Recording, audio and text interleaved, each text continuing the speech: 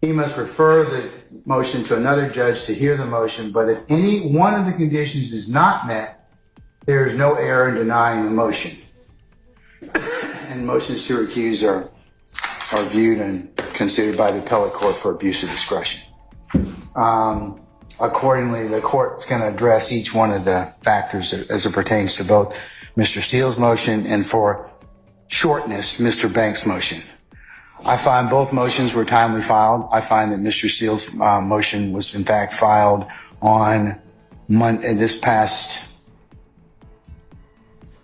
Monday, which would have been the 17th of June. I find that Mr. Banks' motion on behalf of Ms. Bumpus was timely filed, as it was filed on the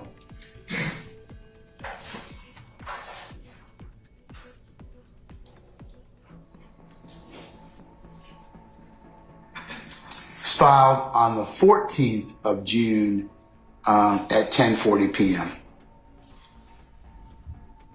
Secondly, I find that in addressing the legal sufficiency of the affidavit, that means, was it sworn? Was it sworn before a notary? Is in proper form? I find Mr. Williams and Ms. Bumpus's motions to be, or I should say affidavits, to be in proper form. The third thing that the court has to review, and like I said, I reviewed, is the legal sufficiency of your grounds of the motion. And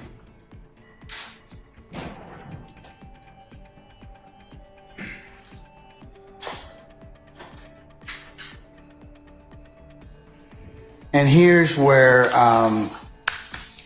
the court finds that upon a review of Mr. Steele's motion and affidavit, as well as Mr. Banks' motion and affidavit, that both contain assertions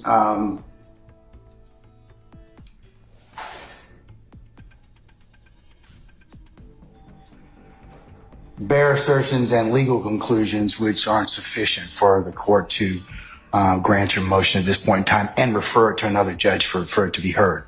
So I'm going to deny the motion at this point in time. I invite you all to look at Baptiste versus the state. Just because adverse rulings have been made doesn't mean that the court stops the trial. So I'm going to make that. I'll reduce both of the motions to recuse to an order, and I will file that so you can take whatever steps you need to necessarily after that. But I don't get into anything about the affidavit itself, argument on that. I just have to read it. Those are the only three things I do. And then if I find it to be not sufficient on its face, I go for it. I just make the ruling at that point in time, let you all take it up. No, I won't grant a motion for a certificate for immediate review. And that's where we are at this point in time.